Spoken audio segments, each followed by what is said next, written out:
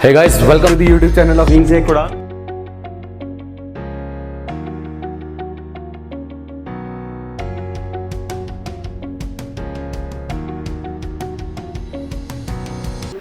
Hello everyone, welcome to Wings Quran.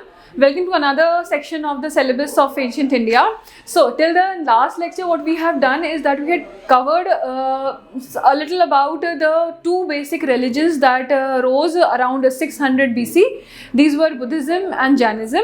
What we have done till now is that we have studied about the Vedic age, what happened and how the different Vedic rituals and religious practices came up, and how in order to oppose that we had the rise of two great religions of Buddhism and Jainism. Now, during this phase, when the two religions were rising and when the two great progenitors of this were existing, we get to see that certain political and social changes were also taking place around. Till now what we have done is mainly actually talked about the religions as such, the practices that are associated with it, but in today's lecture we'll try to know a little about the political happenings of that time. So the first thing that we need to understand before starting any of this is that we are talking about around the 6th century BC, and when we talk about that period we have already said that we are talking about 16 Mahajanpadas. So as far as those Mahajanpadas are concerned, already I have mentioned this list. ये mention की हुई है मैंने list के, इसमें दो तरह के रूलिंग सिस्टम हुआ करते थे, मोनार्कियल एंड रिपब्लिकन.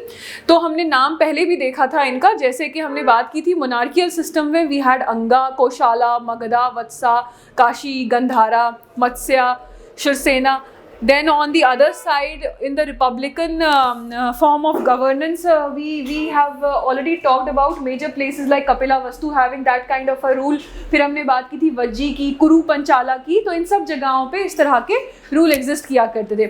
एक इम्पॉर्टेंट पॉइंट जिसके साथ हम देख सकते हैं वो ये कि ये मैप में कहाँ पे कौन सी जगह प्लेस थी.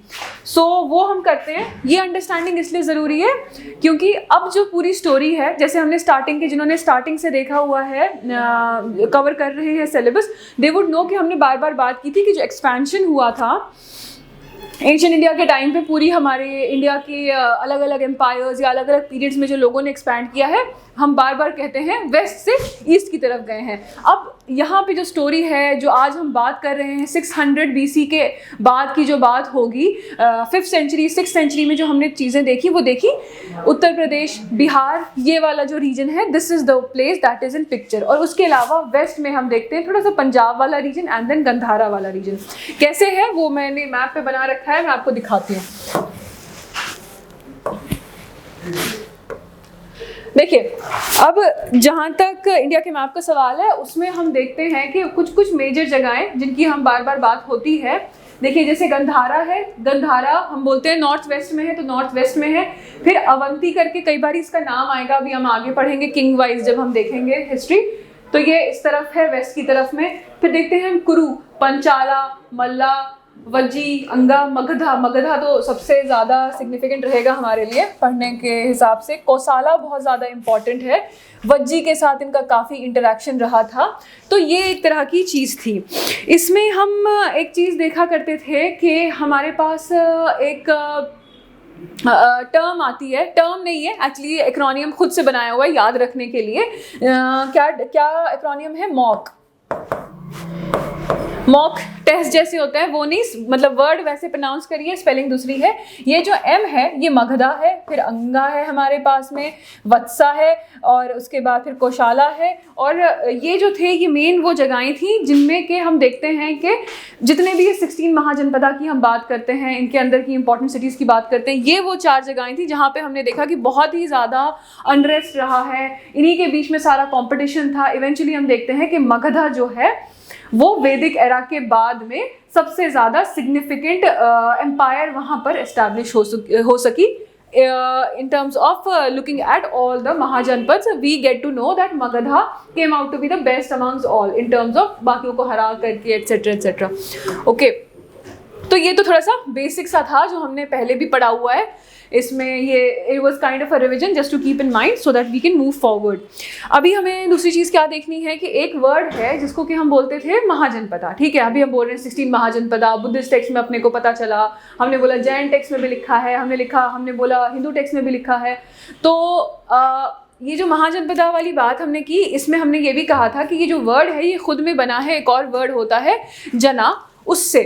जना का मतलब हमने बार बार कहा, इसका मतलब है पीपल। पहले जो लोग थे, ठीक है, उनका क्या होता था, हम बार बार पहले जब वैदिक एरा में बात करते थे हम कहते कि लोग ट्राइबल थे, लोगों की जो लॉयल्टी थी वो अपनी ट्राइब की तरफ हुआ करती थी। उस टाइम पर जना वाला जो वर्ड था that made a lot of significance because people की लॉयल्टी या अपना रिकग्निशन, कोई बोलता भाई तुम कौन हो तो बोलते कि हम इस ट्राइब के लोग हैं। तो इस तरह से जना के साथ में लॉयल्टी हुआ करती थी। फिर जो आया नया वर्ड वो आ गया जनपदा। ये क्या हुआ, जब हमने वैदिक एरा पढ़ा हमने देखा उसमें लोग जो थे from their tribe, now they started associating their tribe and their people to a certain territory. जब वो territory का concept आने लगा, that was the time when we got the term which is known as जनपदा. So यहाँ पे मैंने लिखा है कि there was a shift of loyalty from जन to जनपदा. उसके बाद जब यही वाले जनपदास के अंदर improvement हुई, increase हुआ size में, we got to see the rise of Mahajanapada. Okay, so ये हमारा एक basic सा idea हमने ले लिया कि जगहें कैसे बनी, कैसे कैसे लोगों ने territory occupy की. अब ये point देखते हुए हमें क्या चीज़ समझ आती है कि मतलब लोगों में expansion हो रहा था। ये बात हम starting से कर रहे हैं, जब हमने वैदिक का अर्ली फेज पढ़ा उस टाइम से ही वी हैव बीन सेइंग कि जितने भी लोग थे उनके अंदर they had a tendency to expand. The expansion was in terms of wars etcetera and also the expansion was in terms of because they were getting newer technologies, the newer tools आ रहे थे, iron का tool आ गया। तो हम बार बार ये बात बोल रहे हैं कि एज सून एज उनके पास टेक्नोलॉजी एंड टूल्स का स्ट्रेंथ बढ़ता जा रहा था, वो ईस्ट की तरफ बढ़ते चले जा रहे थे। जैसे जैसे टेरिटरी खुलती जाएगी वैसे वैसे लोग उसको कैप्चर करना चाहेंगे, और जैसे जैसे कैप्चर करने की बात आती जाएगी हमने देखा rise of cities and rise of mahajanapadas etcetera. Okay, तो ये हुआ हमारा एक बेसिक सी चीज़ जो कि हमें ध्यान में रखनी है कि ये फेज था। ये बहुत अब इजी टू अंडरस्टैंड है, जिसने भी वैदिक और लेटर वैदिक वाला वीडियो देख लिया है उनके लिए काफ़ी अंडरस्टैंडिंग इसकी इजी होगी। जिसको अभी थोड़ा सा बाउंसर लग रहा है वो ये कर सकते हैं कि एक पहले का वीडियो है जोग्राफिकल डिस्ट्रीब्यूशन के बारे में, वो और जो वैदिक फेज है वो देखिए। बिना वैदिक फेज देखे हुए बुद्धिज़्म वाले लेक्चर्स जो एज अ रिलीजन बुद्धिज़्म और ये पूरा ये जो बुद्धाज एज जिसको हम कह रहे हैं ये थोड़ा डिफिकल्ट टू अंडरस्टैंड होगा, तो पहले वो देखिए then come down to here. So हम जैसे देखते हैं कि इनमें से अगर हम जितने भी ये हमने नाम देखे जगहों के, इनमें से एक इम्पॉर्टेंट नाम जो हम देखते हैं अंगा का। अब अंगा सिग्निफिकेंट इसकी वजह से है क्योंकि हम देखते हैं कि इसका जो कैपिटल था जो कि चंपा मैंने लिखा हुआ है, ये वो जगह है जिसको कि अजातशत्रु की गवर्नरशिप के अंडर रखा गया आफ्टर अंगा was captured by the Magadha. Therefore क्या हुआ कि जो मगधा की एम्पायर थी उन लोगों ने इवेंचुअली इसको अपना पार्ट बना लिया था, तो अंगा became a part of Magadha. But ये देयरफॉर बहुत सिग्निफिकेंट है क्योंकि हमने पहले भी इसके बारे में बात की हुई है। फिर आ जाता है वज्जी। अब वज्जी जो है ये हमारे इंपॉर्टेंट है, हमने पहले ही देखा है इसकी जगह होती थी जो कि इसका कैपिटल है वैशाली, जहाँ पे हमारे पास वो विलेज है बसरा करके। तो वज्जी की सिग्निफिकेंस हमने कहाँ पे देखी, जो हमने लाइफ देखी है। अब ये आप खुद भी याद करिए, बुद्धा की देखी कि या फिर वर्धमान महावीरा की देखी। उनमें से एक की मदर के बारे में जब हम बात करते हैं तो हम लिच्छावीज के बारे में बात करते हैं कि उनके ब्रदर थे और उनके ब्रदर की डॉटर जो थी उनकी शादी किससे हुई और ये सब। वज्जी जो है 8 क्लास थे, उनमें से जो सिग्निफिकेंट है वो लिच्छावीज है जिनके बारे में हमने बात की है। फिर आ जाती है हमारे पास एक और इम्पोर्टेंट जगह, नाम क्या है काशी। हमें आज भी पता है बनारस का पुराना नाम काशी था, कैपिटल क्या हो गया वाराणसी। लेटर काशी जो थी कौशाला के अंडर आ गई। यही हरण्यक का डायनास्टी जब हम पढ़ेंगे तो हम देखेंगे कि यहाँ पे काफी कुछ हुआ था, स्टडी अबाउट इट। फिर आ जाता है कौशाला।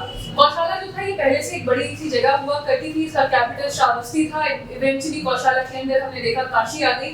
एक इम्पॉर्टेंट चीज जो कौशाला के बारे में याद रखनी चाहिए वो ये कि यहाँ पर ही अयोध्या है। श्रावस्ती जहाँ पर है, श्रावस्ती का दूसरा अगर हम नाम उस एरिया को समझने की कोशिश करें, साहेब माहेब वाला एरिया हो गया। यहाँ पे जो एक्सकवेशन हुए हैं उसमें हमारा आता है मड फोर्ट्स जो है वो हमें मिले हैं। बाकी और सबसे ज्यादा सिग्निफिकेंटली मेंशन ये वाली चीज है।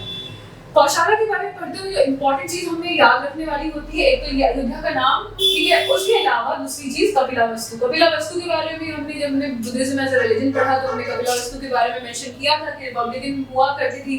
फिर ब्राह्मण के बारे में बात किया था, फिर लुम्बिनी के बारे में हमने बात की थी कि गौतम बुद्ध वाज बोर्न। लुम्बिनी जो है नेपाल में है, इनके बीच में बहुत कम डिस्टेंस है, अप्रोक्सीमेटली 15 किलोमीटर के डिस्टेंस के ऊपर दोनों जगहें हैं। ओके, फिर आ जाती है जगह जिसका नाम था मल्लास। मल्लास का कुशीनारा इनका कैपिटल। नेबर थे किसके, वज्जी के भी, कोशाला के, खैर ये सारे के सारे नेबर थे। अभी हमने मैप में भी देख लिया कि कौन कहाँ पे प्लेस था, ठीक है। फिर आ जाते हैं बक्सास, इसमें कौशंबी इनका कैपिटल है। कौशंबी की सिग्निफिकेंस हम कैसे देखेंगे, जब हम महाभारत की बात करते हैं तो हम देखते हैं वहाँ पे फ्लड आया था कुरुक्षेत्र में, चीजें बह गई और इस तरह की चीजें हुई। कहाँ पे पहुंची थी वो चीजें, कौशंबी में पहुंची थी, जहाँ से हमें फिर उस जगह की चीजें मिली, पॉट्स एक्सेट्रा, फ्लडिंग की वजह से जो वहाँ पहुंची थी। यहाँ पे हमने क्या देखा है, मड फोर्टिफिकेशन। तो ये एक इंपॉर्टेंट जगह हो गई। बार बार जिस जगह का नाम आ रहा है वो कुरु पंचाला। हमने कहा पहले कुरु एक ट्राइब था, पंचाला एक ट्राइब था, बाद में जाकर के कुरु पंचाला स्टेट बन गया। कुरु पंचाला स्टेट बनने की वजह से नेक्स्ट क्या होता है हमारा कि यहाँ पर एस्टैब्लिशमेंट बहुत ज्यादा ग्रैंड हो गए थे। हमने बात की थी कि ये यूपी की कुछ जगहें, हमने आपको शायद याद होगा फर्रुखाबाद, बदायूं के बारे में बात की थी, वो वाला एरिया था। इवेंचुअली लेकिन ऐसा होता है कि कुरु पंचाला जो है it loses significance by this time, मतलब आफ्टर लेटर वैदिक में जाकर के इनका सिग्निफिकेंस कम हो जाता है। फिर आ जाती है जगह अवंती। अवंती हमारे बहुत सिग्निफिकेंट है, इसके दो कैपिटल, नॉर्थ में उज्जैन, साउथ में महिषावती, ठीक है। तो ये हमारे लिए इंपॉर्टेंट जगह है। सबसे इंपॉर्टेंट जगह जिसको हमें दिमाग में रखना है while talking about this phase, वो है मगधा। एकेडमिकली हमने इसको इस तरह से डिवाइड किया। बहुत सारी डायनास्टीज ने यहाँ पे रूल किया before the coming of the Mauryans. Magadha एक ऐसी जगह है, देखिए अब आप फेज को समझिए कि 600 बीसी तक की जब हम बात करते हैं, 6th सेंचुरी बीसी तक की, तो हम ये देखते हैं कि वैदिक फेज जो था उसका राइज हो चुका, वैदिक रिलीजन भी आ गए, दो और इम्पोर्टेंट रिलीजन भी आ गए। सबने कहीं ना कहीं कल्चर को इन्फ्लुएंस किया है, सोशल लाइफ को इन्फ्लुएंस किया है। अब कोई किंग कोई सा रिलीजन फॉलो करेगा, दूसरा किंग दूसरा रिलीजन फॉलो करेगा, ठीक है। तो इस तरह की चीजें चलती रहेंगी। हम देखते हैं कि इस सारे के बीच में जो महाजनपदा थे उनका राइज हुआ। महाजनपदाओं में से हमने सब में से देखा सबसे सिग्निफिकेंट जो रहा वो रहा मगधा। मगधा में काफी लोगों ने रूल किया बिफोर द मौर्यंस केम इन। अब मगधा में जो सबसे इंपॉर्टेंट जिनका रूल हम देख रहे हैं फिलहाल before the coming of the Mauryans, उनमें आ जाते हैं हरण्यका डायनास्टी, फिर हम देखेंगे शिशुनाग, फिर हम देखेंगे नंदास, उसके बाद फिर हम पढ़ेंगे ईरानियन इन्वेजन एटसेट्रा के बारे में। लेकिन दीज आर द 3 डायनास्टी जिनको हम फोकस रख के अभी फिलहाल पढ़ने की कोशिश करेंगे। अशोका के टाइम पे हम देखते हैं कि सिग्निफिकेंस का लेवल बहुत हाई है इस पूरी जगह का, मगधा का। मगधा कहाँ पे है, हमने ऐसे भी देखा है बिहार वाला रीजन, पटना गया, ये वाला जो है वो सारा इसी के अंदर एब्जॉर्ब हो जाता है। हमने बात की थी कि सबसे अच्छा और सबसे पहला जो हम बात करते हैं कि हमारे यहाँ कैपिटल सिटी बनी थी, बहुत अच्छी बनी थी, उसका नाम हमने क्या बोला था, पाटलिपुत्रा। पाटलिपुत्रा जो है वो कहाँ पर है, आज पटना में है। फिर दूसरी चीज हमें एक वर्ड याद रखना है, उसको बोलते हैं जलदुर्ग।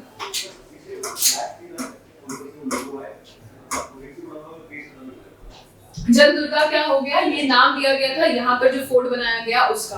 ओके, सो मूविंग ऑन, अब थोड़ा सा देखते हैं वन बाय वन इसकी एम्पायर में हुआ करता। मगध एम्पायर में जो फर्स्ट बात हम करते हैं जो आई फर्स्ट इस वाले फेज में, हम बात करते हैं हरण्यका डायनास्टी। हरण्यका डायनास्टी में हम देखते हैं 3 मेजर किंग्स का नाम, एक हो गया बिंबिसारा, एक अजातशत्रु, एक उदयन, ठीक है।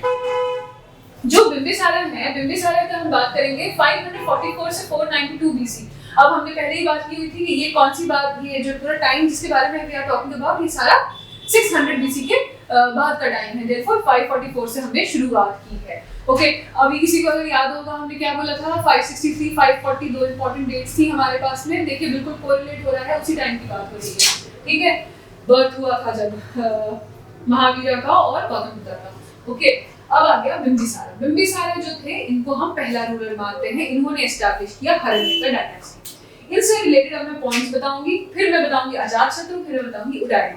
बिंबिसारा के बेटे अजातशत्रु, अजातशत्रु के बेटे उदयन। ओके, अब बिंबिसारा की बात करते हैं। इनका क्या था, जब ये आए हैं हरण्यका डायनास्टी को उन्होंने लाया थ्रोन के ऊपर। अब इन्होंने क्या किया, इनने पॉलिसी अपनाई कि भाई हमको एक्सपैंड करना है। हम बोल ही रहे हैं कि अभी तक सारा कुछ एक्सपेंशन ही चल रहा है हर तरह का, अभी यहाँ पे पॉलिटिकली इन्होंने एक्सपेंशन करना शुरू कर दिया।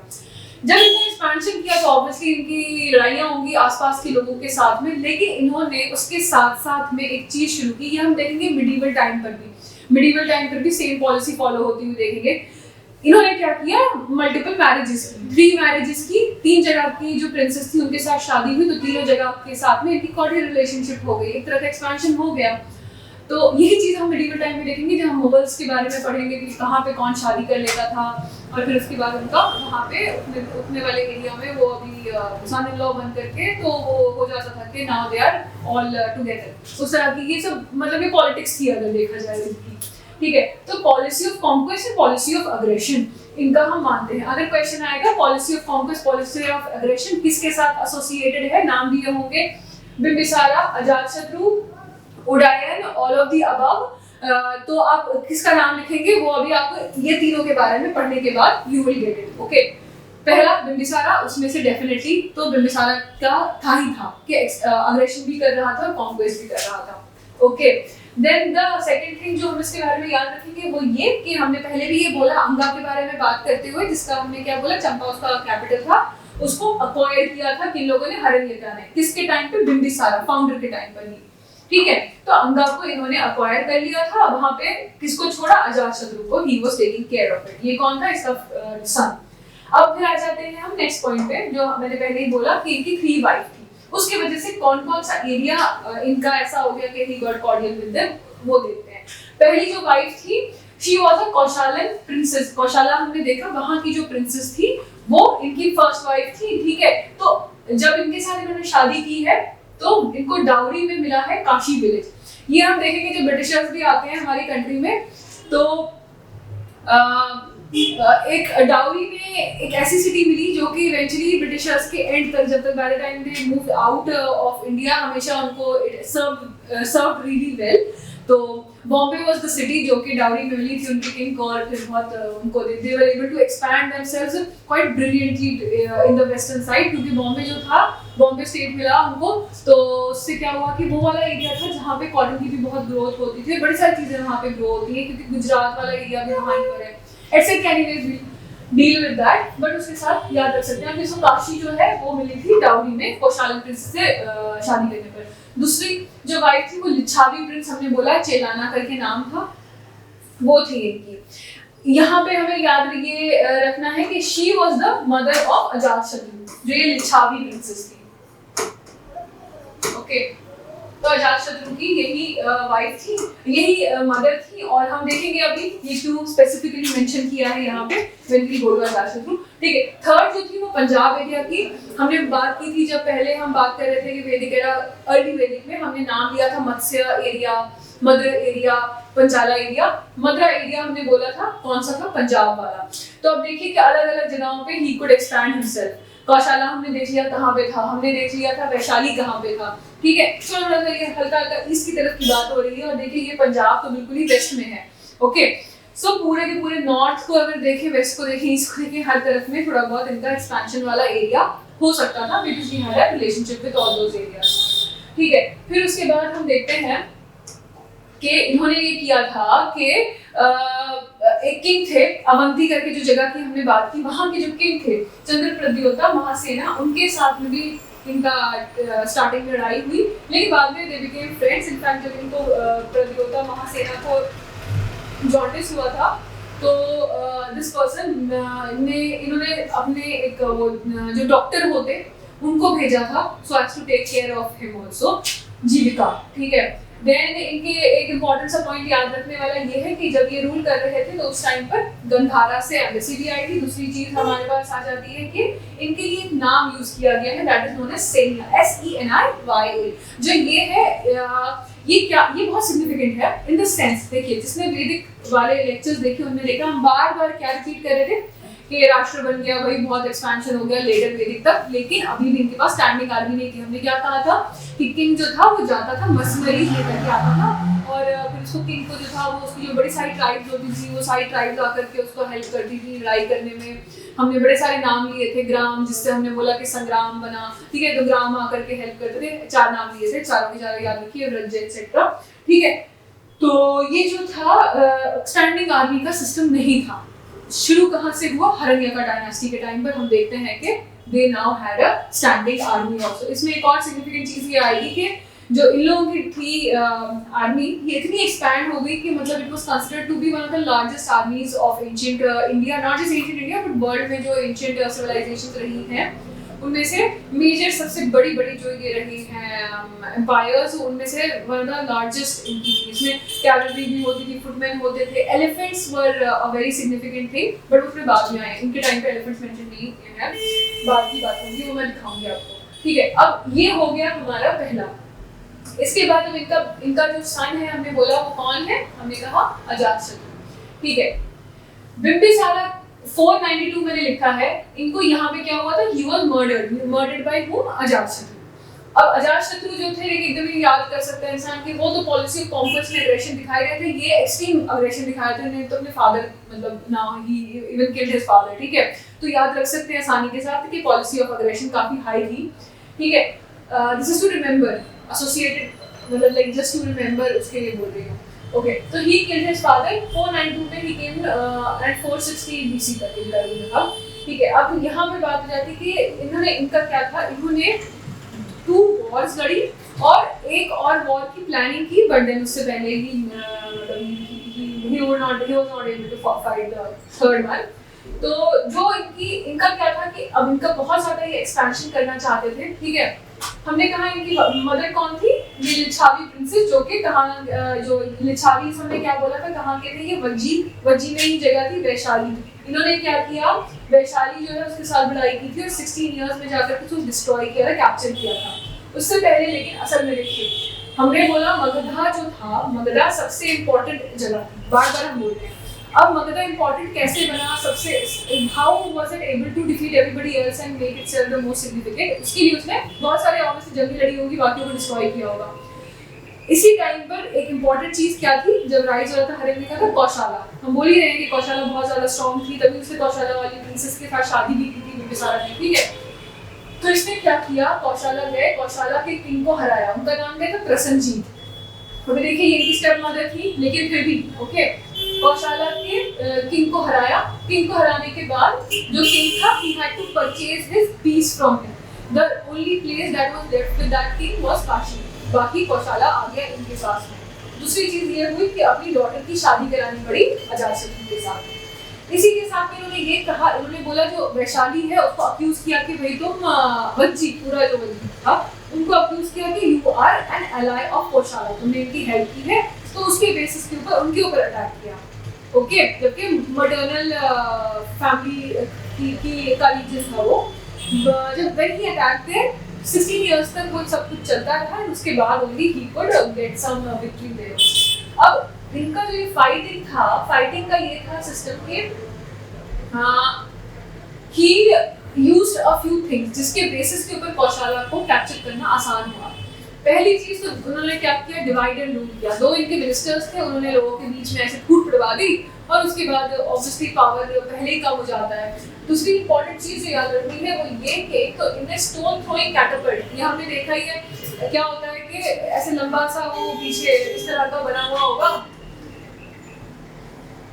यहाँ पे स्टोन रखा जाएगा, और ये पूरी ऐसा मशीन सी पूरी सी बनी होती है कि पुलिस पर चलेगी, पुलिस को पुल किया जाएगा, this thing will move like this, और ये जो स्टोन है वो ट्रैजेक्टरी लेकर के दूसरी जगह पे जाता है। बड़ा आसान सी चीज है, स्टोन थ्रोइंग कैटapult। दूसरा होता है मेस वाला चैरियट, जब ये चलता है तो वो साइड पे निकले हुए होते हैं, तो जैसे जैसे चैरियट चलता जाता है, आसपास आने वाले वो बड़े easily, lot of people could be like killed at once, तो उस वजह से आसानी हो जाती है। डिसाइड मैंने बोला कि जो फूट बनवाने वाली बात। ओके, फिर आ जाता है हमारे पास में एक और चीज, हमने बोला कि 2 + 1।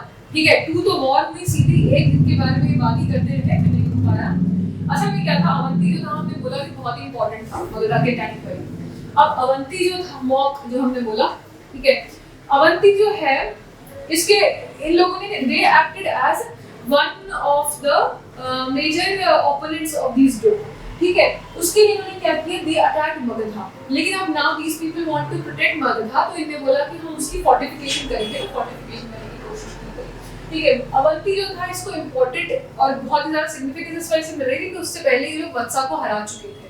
ठीक है, जो भी था मॉन्क के अंदर। ओके, नाउ सो ये हो गया अजातशत्रु वाला टाइम। अब अजातशत्रु के बाद कौन आया थ्रोन के ऊपर, उनका बेटा उनका जो बेटा था उसका नाम क्या था, उदयन, ठीक है। 460 में ये आए, 440 तक 20 इयर्स तक ये भी रहे। इन्होंने क्या किया, बिल्ड किया fort at the confluence of Ganga and Son, और उसका नाम वो कहाँ पर था, पटना में था, वो पाटलिपुत्रा वाला रीजन, ठीक है। जल दुर्ग हमने बात की ही, ठीक है।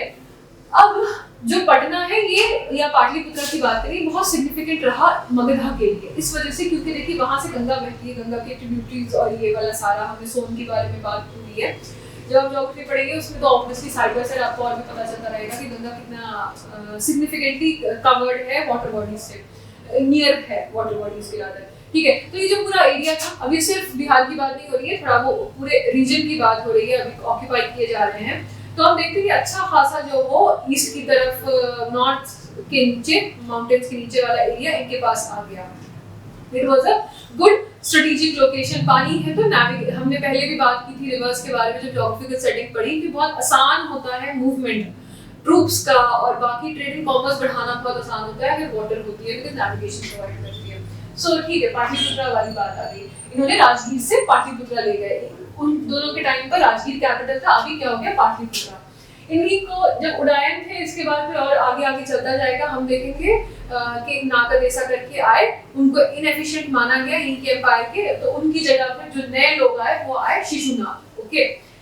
फिर इसके अलावा अभी हम देखते हैं जो उदयन है, नागदशक का तो हमने बात कर ली, लेकिन उससे पहले दो और भी इनके जो इनके बाद इनके हायरार्की में आए, उनका नाम देखते हैं, अनुरुद्ध, मुंडा और फिर नागदशक। तो मैं बोल रही हूँ नागदशक जो है इन्हीं को हरा, इन्हीं की जगह पे इनको एकदम इनएफिशिएंट माना गया, तो फिर शिशुनाग आ गए। तो इस तरह से हरण्यका डायनास्टी जो थी ये फर्स्ट डायनास्टी थी जिसने कि मगधा वाले रीजन में रूल किया। कैपिटल किसको बनाया, पहले राजगीर को, बाद में पाटलिपुत्रा को। फिर क्या क्या बात हुई इनकी मेजर चीज ये थी कि ये बहुत ही ज्यादा एक्सपेंशन करने के उसमें थे, फिराक में थे, एंड इन लोगों ने बहुत सारे जो जॉइनिंग एरियाज थे उनको कैप्चर किया। देयरफॉर मगधा का जो साइज है वो naturally it was increasing. These were the people who came up with the first standing army, और that is why उनके लिए expansion, obviously they were an expanding empire, तो उनके लिए standing army proved to be very very helpful. Okay. अब इसके बाद हम बात करें शिशुनाग जो है ये आए। शिशुनाग की जब हम बात करते हैं तो हम देखते हैं कि 460 to 440 BC में यहाँ पे हमने देखा कि शिशुनाग पीपल जो है, इन लोगों ने आने के बाद पहली चीज की हमने क्या बात की थी कि अवंती एक बड़ा ओपोनेंट था, ओके, लेकिन वो जो ओपोनेंट था उसको ही डिस्ट्रॉय कर दिया शिशुनाग लोगों ने।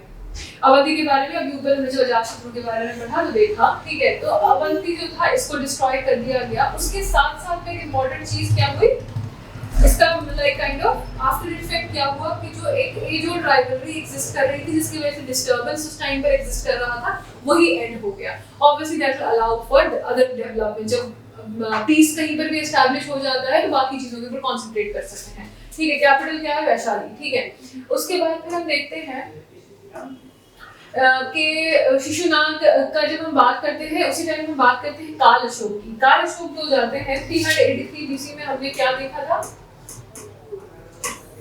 कि एक बुद्धिस्ट काउंसिल हुई थी, देयरफॉर इनका सिग्निफिकेंस बहुत बढ़ जाता है।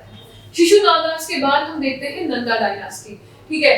नंदा डायनास्टी जो थी, इन लोगों ने ये जब आए तो इन लोगों ने मगधा को बहुत ग्रेट बना दिया, मतलब एक एक्सट्रीमली पावरफुल एम्पायर जो बनी वो नंदास के अंडर बनी, और नंदास को ही डिस्प्लेस किया था चंद्रगुप्त मौर्य ने। नंदास का वो ऐसे कहा जाता है कि जो कौटिल्य थे, कौटिल्य का कभी कुछ इस तरह का हो गया था नंदास के साथ में, तो देन ही डिसाइडेड कि now I will be the reason कि इनका पावर गिरेगा, and then eventually he brought up Chandragupta Maurya जो कि स्टूडेंट हुआ करते थे इस तरह से कि now he will help in bringing down the Nandas. इस तरह की कहानियां हैं, ठीक है। तो नंदा डायनेस्टी की जहां तक बात होती है, इसमें सबसे इंपॉर्टेंट नाम आता है महापद्मा नंदा का, ठीक है। इन लोगों ने क्या किया था कि जो महापद्मा नंदा थे इनको और भी कई सारे नामों से जाना जाता है, उसमें से सबसे इंपॉर्टेंट जो नाम है वो है एकरथ। एकरथ नाम का मतलब क्या हो जाता है, सोल सोवरेन। अब ये इस तरह, देखिए सोल सोवरेन का मतलब क्या हो गया कि मैं, मतलब I am the major king amongst all the kings, I am the true king. अब ये वो ऐसी बातें कैसे कर पा रहा था, बिकॉज ही न्यू कि he was the most powerful of all the people जो वहां पर थे। हम देख रहे हैं ऑलमोस्ट जितने भी नेबरिंग एम्पायर्स थे या नेबरिंग जो भी स्टेट्स थे सबको तो न्यूट्रलाइज कर ही दिया था, everyone had become a part of them. So बहुत आसानी के साथ हम समझ सकते हैं कि नंदास जो है ये बहुत ज्यादा पीक पे चले गए थे। अब आप देखिए यहाँ पर मैंने कॉन्कर किया कलिंगा। कलिंगा हम क्या बोलते हैं, उड़ीसा में है, तो देखिए कितना ज्यादा इनका एक्सपेंशन हो चुका है। यहाँ से इन लोगों ने कुछ बुद्धिस्ट चीजें भी साथ में इमेजेस लाई थी when they came back to their capital. Okay, तो अब एक अपने आप को ये कहा करते थे। एक इनका इंपॉर्टेंट चीज ये है कि कौशाला को भी कैप्चर कर लिया कंप्लीटली, मतलब खैर पहले भी हो चुका था लेकिन जो बचे हुआ, ठीक है। तो इस तरह की चीजें हो गई हमारे नंदा डायनास्टी की। ये हमारे थे बेसिक 3 डायनास्टी जिन्होंने रूल किया कंटिन्यूएशन में over the areas of Magadha. इसके बाद हम देखते हैं कि कुछ इन्वेजन्स होते हैं। वो जो इन्वेजन्स हैं वो मोस्टली ग्रीक और इरेनियन इन्वेजन की तरह से हम पर्शियन लोग आए और ग्रीक लोग आए हैं। नंदास इतने ज्यादा पावरफुल थे कि कहते हैं कि इनके डर से अलेक्जेंडर आगे नहीं आए थे। इनकी आर्मी इतना डर चुकी थी अलेक्जेंडर की, इनका सोच करके। इसमें हमें नंदास की इंपॉर्टेंट चीज याद रखनी है कि इनके पास एलिफेंट्स हुआ करते थे इनकी आर्मी में, जो कि you know that was a unique feature for people of जो बाकी किंग्स हुआ करते थे। दूसरा ये कि बहुत लार्ज नंबर लिखे गए हैं, जैसे कि कैवलरी लिखी गई तो बोला गया कि 3 लाख कैवलरी, 2 लाख ऐसे इस तरह के इतने ह्यूज नंबर दिए गए हैं इनके। the number of the soldiers etc इस तरह की जो बात की जाती है। Now इसके बाद अगर हम देखते हैं कि मगधा की एम्पायर का इवेंचुअली क्या हो जाता है, वो देखने से पहले वी शुड ये जितना भी हमने पढ़ा उस सारी चीज को हमें कंबाइन करना चाहिए so as to get a flow of the things। ठीक है, फर्स्ट थिंग हमने क्या बोला था कि वैदिक वाले टाइम तक हम ये बात करते थे कि ब्रेक हो गया था इंडस वैली के बाद में, ब्रेक होने एक वो ब्रेक डार्क फेज किस्म का आ गया था, सिविलाइजेशन का लेवल नीचे हो गया था, फिर वैदिक पीरियड आ जाता है। वैदिक पीरियड में पहले वो लोग ट्राइबल होते हैं, बाहर के आए होते हैं, वो रस्यूज हमारे अपने लोग होते हैं, फिर आर्यंस आते हैं, वहाँ जाकर के इंटरनेशनल मिक्सिंग हो जाती है। ये सारी बातें भी हमने अर्ली वैदिक फेज से लेटर वैदिक फेज तक डेवलपमेंट बहुत ज्यादा हुआ। लेटर वैदिक फेज में हमने देखा कि ऑलमोस्ट वो हर तरह की चीजें जो आज हम हिंदुइज्म के साथ एसोसिएट करते हैं उनका राइज हो ही जाता है, उसको ब्राह्मणिज्म के फॉर्म में वो आता है। उसको अपोज करने के लिए बुद्धिज्म जैनिज्म आते हैं। उस बुद्धिज्म जैनिज्म वाले बुद्धा वाले फेज में हम देखते हैं पॉलिटिकल डेवलपमेंट में 3 मेजर डायनास्टी, जो इनका हरण्यका और ये शिशुनाग एंड नंदास। और फिर उसके बाद इनका लेकिन ऐसा क्या रीजन था कि ये हमने 16 महाजनपदा की बात की थी, आज आकर के एंड पे हम जाते हैं कि सिर्फ मगधा जो था वो सर्वाइव किया। उसके कुछ अब हम कॉजेस देखते हैं। एक तो देखिए सबसे पहला कॉज जो हमारे माइंड में होना चाहिए, हमने जब बात की लेटर वैदिक पीरियड की, वी शुड रिमेंबर लेटर वैदिक पीरियड में हमने क्या कहा, आयरन आ गया था। बार बार स्टोरी यही चल रही है कि आयरन आ गया तो क्लियर हो गए जंगल क्लियर हो गए, तो ये लोग आगे बढ़ते रहे। लेकिन सिर्फ जंगल काटने के लिए टूल्स नहीं बन सकते थे आयरन के, बल्कि बाकी चीजों के लिए भी, जैसे वेपन्स हमने देखे, चैरियट्स में भी इम्प्रूवमेंट आई, तो ये सारी चीजें हुई। तो आयरन का यूजेज बहुत ही ज्यादा था। आयरन के अलावा बाकी मेटल्स भी थे, वो भी अवेलेबल थे। हम देखते हैं कि मेटल्स जो थे, अब इतनी बड़ी एम्पायर हो गई तो बहुत सारी चीजें तो अपनी एम्पायर में ही मिल जाएंगी, आपको कहीं और से इंपोर्ट नहीं करनी पड़ेगी, तो things would become easier. Agriculture बहुत इंप्रूव हो चुका होगा ऑब्वियसली, पहले हम देख रहे हैं इतना कुछ ग्रोथ हो रही है।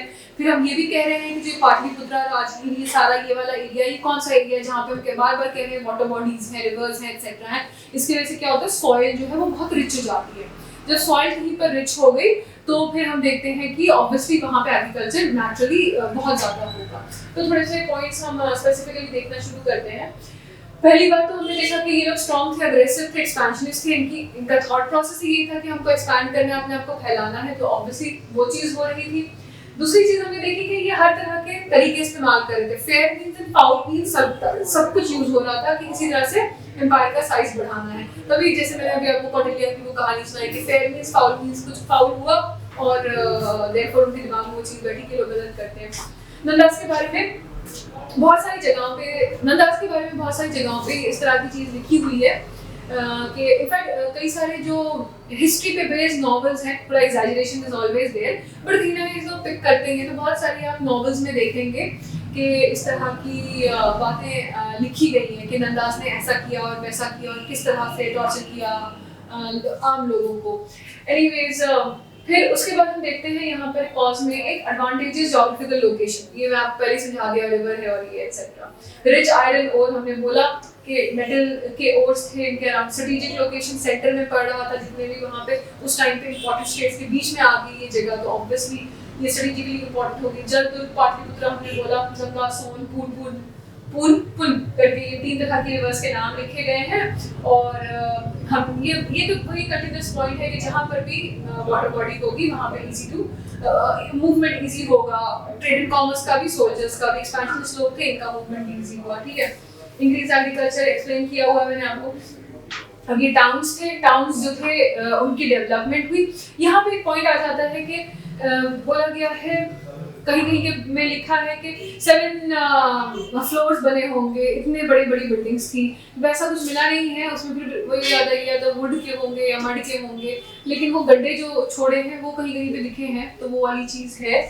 बट एनी केस हम ये जानते हैं कि बहुत ही ग्रैंड थे, टाउन्स थे इनके डेवलप हुए हुए, तो ऑब्वियसली डेवलपमेंट बहुत ज़्यादा था। जो सोशल डेवलपमेंट अभी हम जब देखेंगे तो विद दैट हमें और भी ज़्यादा पता चलेगा स्टेट के बारे में। मेटल्स हमने पहले ही बोला, इतना अच्छा खासा एग्रीकल्चर हो रहा है, सब कुछ हो रहा है, तो ऑब्वियसली ट्रेड एंड कॉमर्स हो रहा है, तो मनी इंक्रीज हो रहा था, that kind of thing. Tolls were levied, ये एक अच्छा पॉइंट है याद रखने के लिए। पता है हमें हॉर्सेस तो अभी तक यूज हो ही रहे थे, चाइल्ड्स के बारे में हमें पता ही है। एलिफेंट्स देन मैं बार-बार आपको मेंशन कर रही हूँ कि इनकी आर्मी में they had included the use of elephants. फिर हम देखते हैं कि ये वो वाला टाइम था जिसमें इस तरह के लोग रहा करते थे, किरातास, मगधास, ये वो थे जिनको कि नॉर्मल लोग जो थे वो ज़्यादा पसंद नहीं करते थे, लेकिन ये काइंड ऑफ सोशल इशू वाला एक पॉइंट है। इस तरह के पॉइंट फिर से रिपीट होंगे। हम ये देखते हैं कि इस टाइम पर वैदिक आइडियाज जो हैं उसका भी काफ़ी राइज हो रहा था मगधा वाले एरिया में। ऑल इन ऑल अगर हम देखें तो मगधा वाला एरिया जो है उसने सक्सीड किया, और सक्सीड करने में 3 डायनास्टीज ने इनकी हेल्प की। मेजर इसके कॉजेज में हम क्या देखेंगे कि तो आयरन का टूल था इनके पास, आयरन बहुत ज़्यादा अमाउंट में प्रेजेंट था, इसकी वजह से इनके ओर्स अपने कैपिटल के आसपास ही मिले जा रहे थे। एग्रीकल्चर में भी इंक्रीज था, लोकेशन ऐसी थी कि इनके लिए जितने भी लाइफ की रिक्वायरमेंट होती है, इकोनॉमिक, सोशल, पॉलिटिकल, उन सब में वो सर्व करती है। सो ये कुछ बेसिक सी चीज़ें थी हमारे जो अपने रूलर्स थे उस टाइम पे, before the rise of the Mauryas. इसके बाद हम नेक्स्ट टॉपिक्स पे जाएंगे जो कि अभी इसी फेज में हम रहेंगे। So thank you very much, we meet with again another section of it जो थोड़ा सोशल लाइफ और फॉरेन रिलेशंस के बारे में बात। तो थैंक यू, बाय बाय।